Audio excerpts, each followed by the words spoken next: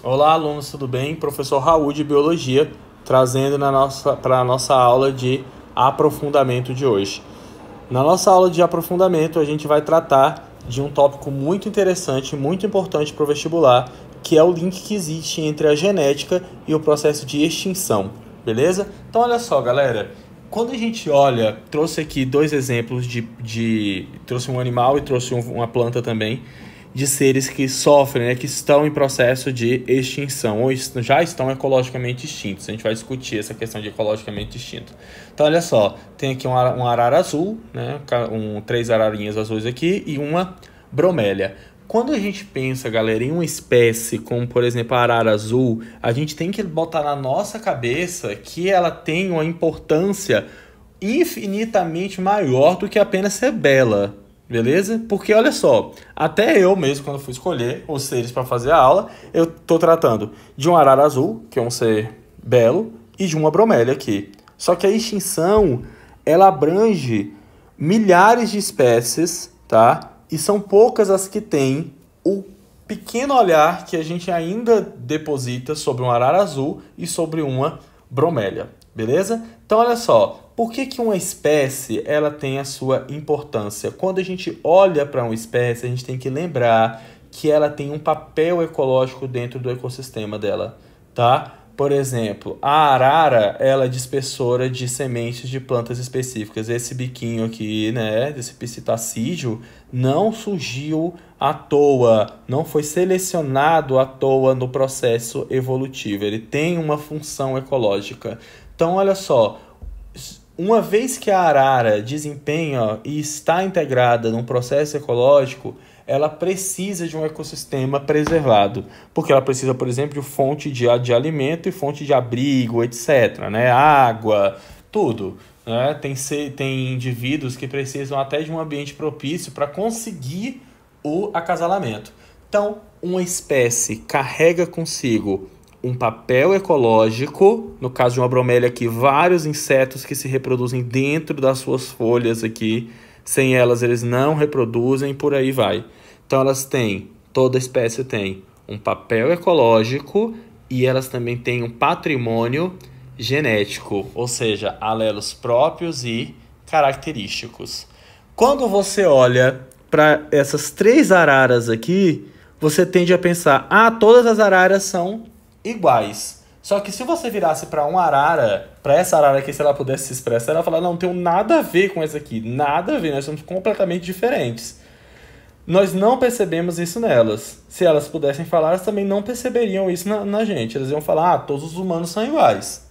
Todos os humanos têm um narizinho aqui, tem olho, aí tem as orelhinhas que são assim, eles andam sobre duas patas e por aí vai. Eles não têm pelos no corpo, por aí vai. Eles iam achar todo mundo igual. Só que você ia falar o quê? Não, nós humanos temos um patrimônio genético enorme.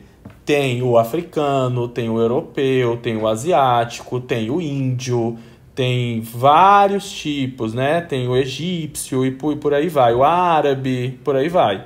Só que, da mesma forma que a gente não percebe esse patrimônio genético aqui das araras, elas também não perceberiam o nosso, sacou? Então, um grupo de seres de arara azul, por exemplo, um grupo de seres de arara azul do sul da Bahia, eles têm uma diversidade genética muito grande. Infelizmente, agora essa diversidade está pequena, A gente vai discutir por quê, mas se elas pudessem se expressar, ela ia falar, eu não tenho nada a ver com ela. Nós temos uma diversidade genética gritante, beleza? Vamos supor o seguinte.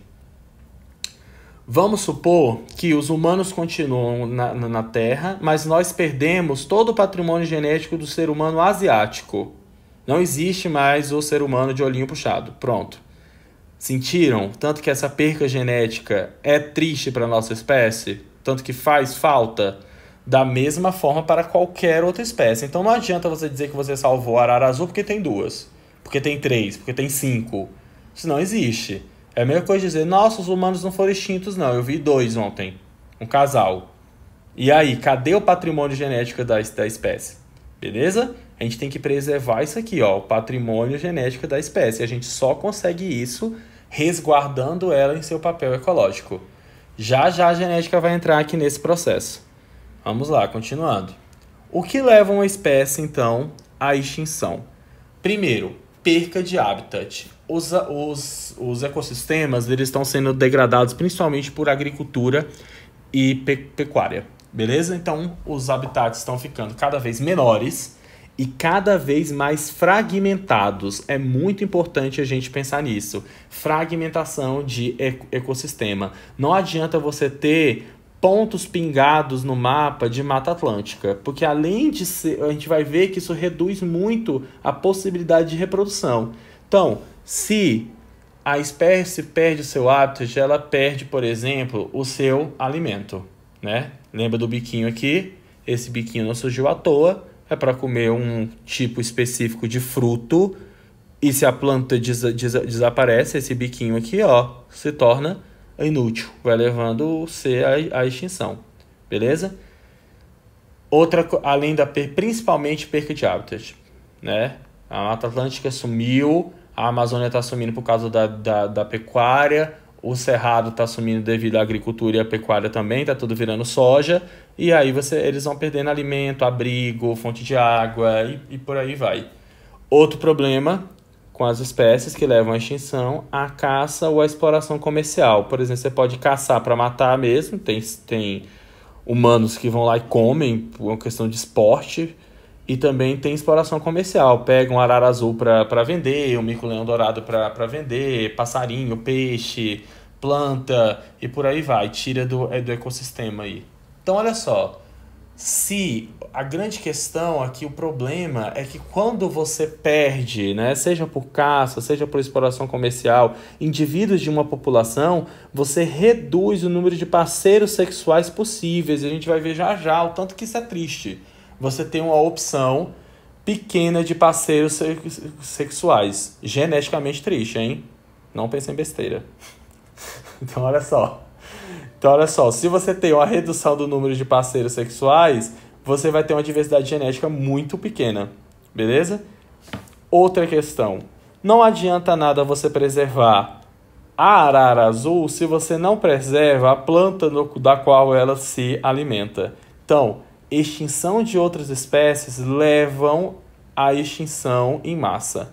Como assim? Por exemplo, por meio da perca das presas disponíveis que sumiram, foram extintas. Na questão das plantas, a morte dos polinizadores e a morte dos dispersores. Tem uma frase muito legal que fala muito a respeito dessa questão de polinização, que é assim, se todos os insetos desaparecessem, né, em 50 anos a vida da Terra estaria perdida, porque sem polinizador não tem planta, e sem planta não tem nada. No ambiente terrestre, planta é o produtor basal. Então, sem planta, sem polinizador, sem planta, sem nenhuma forma de vida, sem os consumidores. Aí fala assim, se todos os insetos desaparecessem, em 50 anos a vida na Terra iria sumir, e se o ser humano desaparecesse, em 50 anos a vida na Terra iria florescer. Beleza? Pesado, mas é a pura verdade, né? Então, olha só. Outra questão muito importante da gente lembrar. Por que a gente tem que preservar a arara azul? Por que a gente tem que preservar as espécies? Primeira questão, em vez de a gente ficar procurando utilidade para uma bromélia, procurando utilidade para a arara azul, para a nossa vida, a gente tem que lembrar que a vida na Terra não existe para ser útil para os seres humanos. Já começa por aí. Muito importante que a gente traga isso na nossa cabeça, beleza? A gente tem que preservar não porque a gente tem que encontrar uma função para a arara azul para a gente, não é isso.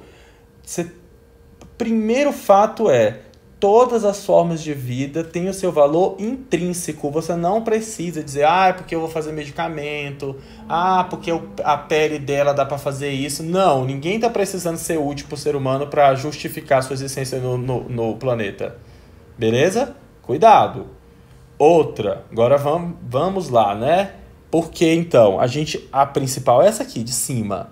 Mas para que o ser humano tenha a mínima consciência de que ele tem que preservar as outras espécies, a gente tem outros argumentos. Por exemplo, a biodiversidade é a principal fonte de medicamentos para as doenças de hoje, beleza? Vírus, câncer, por aí vai, para as doenças de hoje, bactéria, etc. E também para as doenças de amanhã, ou seja, as doenças do futuro, que ainda nem surgiram. Tem outra questão, uma frase também muito legal que eu quero trazer para vocês, que é o seguinte: quando você leva uma espécie à extinção, é como se você rasgasse uma página de um livro muito importante que você nunca leu. Beleza? Um livro muito importante, com várias páginas muito importantes, você pegasse uma página e jogasse fora, sem ter lido. Você perdeu a informação genética preciosíssima que você simplesmente jogou fora sem nem ler, tá? Isso aqui é uma questão de que a gente usa mais para conscientizar, né?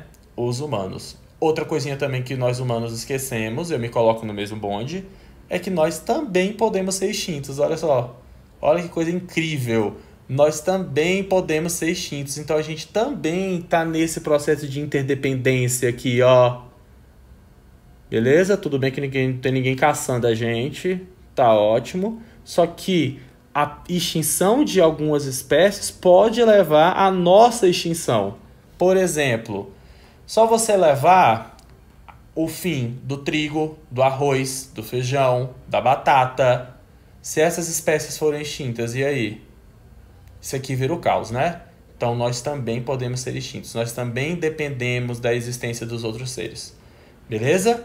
Então, onde vem a genética? A genética, ela entra aqui no famoso vórtice de extinção. Como assim?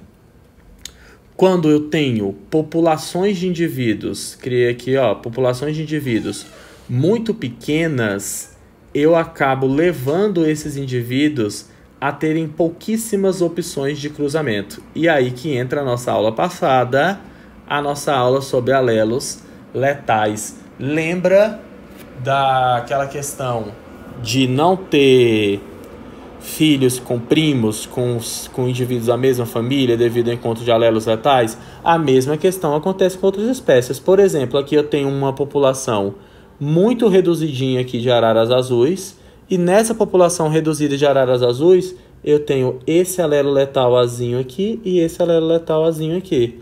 Só que se o ambiente é enorme e a quantidade de araras azuis também é muito grande, esses alelos letais aqui não vão se encontrar tão facilmente, e mesmo que se encontrem, a frequência de encontro é muito pequena. Só que se eu fragmento o habitat dela, reduzo o número de indivíduos, por meio de caça, eu reduzo o número de indivíduos por meio da caça, fragmento o ambiente, separo os indivíduos, eu vou ter o quê? Uma atuação forte do processo de deriva genética que vai levar à diminuição drástica dessa população. Então, as opções são muito pequenas. Então, agora eu tenho o que aqui, ó? Tenho um alelo letal aqui, um alelo letal aqui e essa ararinha aqui, ó, sem carregar alelo letal. Se essas duas reproduzem entre elas, a chance da prole dela ser inviável é de 1/4. Então, esses seres demoram muito para reproduzir, para acasalar, beleza? Demoram demais. Quando eles finalmente acasalam, a chance deles terem um filho inviável ainda é de 1/4. Aí nasce uma ararinha aqui, ó, morta, beleza? É assim que as espécies naturalmente, devido à fragmentação dos seus habitats, processo de deriva genética, vão sendo levadas à extinção. Isso é chamado vórtice da extinção, beleza? Então, olha só. Eu tenho um número reduzido de indivíduos que sofrem com catástrofes, sofrem com variação ambiental, deriva genética, que vai deixando eles cada vez, né, menores. Vou ter populações pequenas, fragmentadas e isoladas, que vão sofrer com perca de hábitat, poluição, superexploração da espécie, no caso das araras azuis para venda, e a entrada de espécies exóticas em um ambiente degradado, ou seja, competidores desleais com elas. Isso leva a uma endogamia, que é o cruzamento dentro dos próprios, né, indivíduos da mesma família, perca de diversidade consequentemente a perda de diversidade genética. E aí, esses seres vão ter uma adaptabilidade ao meio ambiente muito menor, a reprodução vai sendo eficiente e a sobrevivência também. Então, esse aqui é o famoso vórtex de extinção, tá? Rolando o tempo inteiro, beleza? Então, galera, é isso. Espero que essa aula tenha explicado para vocês como que acontece a extinção, por que a biodiversidade é importante, como que os alelos etais atuam nesse processo, tá? Conto sempre com a colaboração de vocês. Em caso vocês tenham alguma dúvida, só me mandar aqui, ó, no meu Instagram, @RaulLimaBar, aqui, faltou o arroba, vou pôr, @RaulLimaBar. Estou lá à disposição de vocês para qualquer dúvida que vocês tenham. Desejo a vocês bons estudos e até a próxima aula. Tchau, tchau.